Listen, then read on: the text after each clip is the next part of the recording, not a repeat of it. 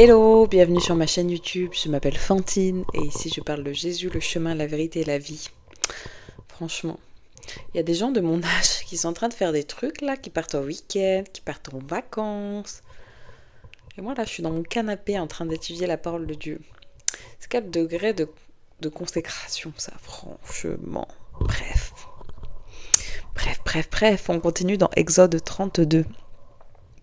Aujourd'hui, je voulais attirer votre attention sur notre petit Aaron. Aaron, il a bien raté son coup. Là, franchement, Aaron, on est déçus de toi, on est déçus de toi. On est dans le verset... Bon, on va commencer au verset 1.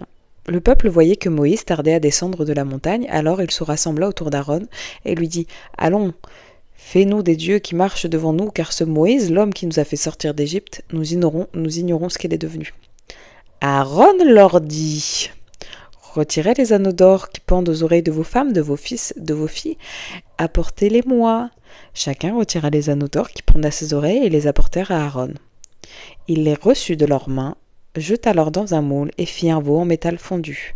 Ils dirent donc, alors, Israël, voici tes dieux qui t'ont fait sortir d'Égypte. Vas-y, on continue. Lorsqu'Aaron vit cela, il construisit un autel devant lui et s'écria, demain il y aura une fête en l'honneur de l'Éternel. Je veux pas aller plus loin. Mon frère Aaron, pourquoi t'as fait ça toi aussi? T'étais si facile à convaincre. Il n'y a pas une seule fois dans la parole où il écrit Aaron les a raisonnés. Aaron leur a dit non, c'est pas une bonne idée. Donc certainement, dans le cœur d'Aaron, il y avait du doute. Dans le cœur d'Aaron, il devait y avoir de la panique. Je sais que c'est une prière que j'ai fait précisément l'année dernière. Seigneur, aide-moi à garder les yeux sur toi quand le manque de directives de ta part me panique. J'ai commencé à réfléchir à des trucs et je suis pas allée aussi loin que ce que je pourrais aller, donc je vais vous lancer le sujet et vu que maintenant vous êtes une communauté de gens super, très spirituels, vous allez mettre dans les commentaires des trucs hyper intéressants et on va pouvoir parler de choses. Moi je me suis demandé qu'est-ce qu'était la relation entre Aaron et Dieu. Parce qu'en fait déjà on voit que c'est à Moïse que le Seigneur il s'est manifesté et qu'en fait Aaron ça a été un peu le plan B quoi, le bras droit de Moïse, mais est-ce que Aaron lui-même il avait cette relation, il avait sa conviction que Dieu était l'Éternel était le Dieu d'Israël et que c'était par lui que passaient tous ces miracles? Est-ce que il y avait cette conviction dans son cœur? Peut-être. En tout cas, quand même, le frère Aaron, il a dû se sentir tellement pressionné et du coup, il a eu plus confiance en la pression du peuple que dans les directives et dans le fait que Dieu était avec eux, en fait. Que Moïse soit avec eux. Je pense que Aaron, peut-être, il avait du mal avec le fait de se dire que Dieu est omnipotent, omniprésent. Il pouvait être sur la montagne en train de régler le compte de Moïse et des tablettes, mais il était aussi avec le peuple. On le voit après dans les versets quand le Seigneur, quand Dieu répète mot pour mot exactement les paroles du peuple en fait. Voilà, clairement on se dit, n'essayez pas de cacher des choses à Dieu. Il vous voit, il entend tout, il sait même vos pensées. Arrêtez de faire semblant de cacher des choses. Hein. Toute vérité finit par éclater. Hein. Bref, je sais pas pourquoi j'ai dit ça, mais ça devrait toucher quelqu'un sans doute. Et donc du coup, moi je voulais parler de notre frère Aaron. Et du coup, en fait, vous voyez que moi, je me suis dit qu'il y avait une culpabilité. Parce que en plus, ils sont arrivés auprès d'Aaron. Ils lui ont soumis l'idée en mode fais-nous des dieux qui marchent devant nous, car Moïse y revient pas. Aaron, là, c'est tout à fait le moment où il aurait pu dire non, les gars, on va lui laisser encore 2 semaines, on va voir, on va prendre le recul, parce que quand même, Dieu, il a fait des choses incroyables pour nous depuis qu'on est sorti d'Égypte. Déjà, il nous a fait sortir d'Égypte, il a fait des choses incroyables. Moi, je pense pas que le Dieu qui nous a fait sortir d'Égypte, celui qui a fait les 10 plaies sur le pays, je pense pas qu'il va nous laisser comme ça tranquille. On n'a pas besoin de faire des idoles. C'est ce qu'il aurait dû lui dire au peuple, mais non. Donc sans doute Aaron, il devait avoir une disposition de cœur assez particulière à ce moment-là. Bref, mais en plus, eux, le peuple a soumis l'idée à Aaron, et Aaron, il leur a donné les instructions, et il est passé à l'acte. Aïe, aïe, aïe, aïe, aïe. C'est pas bien, Aaron. C'est pas bien, Aaron.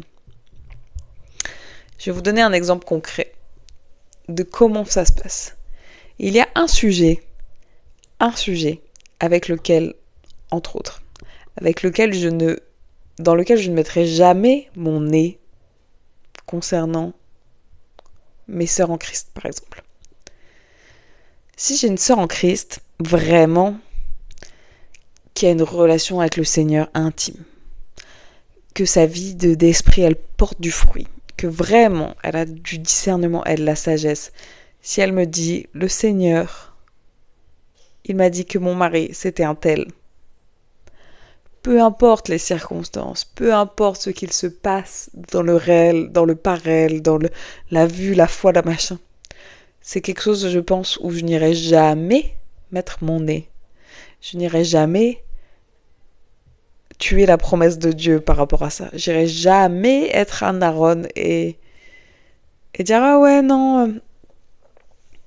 Enfin bref, je sais pas si c'est clair. C'est un exemple. Mais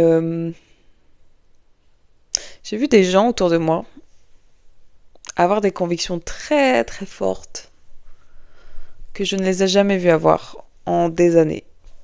Voilà. Et quand on a cette vie de l'esprit, on est capable d'échanger des sujets, on est capable de poser les bonnes questions, on est capable de sentir un peu les choses qui viennent de Dieu ou qui viennent pas de Dieu.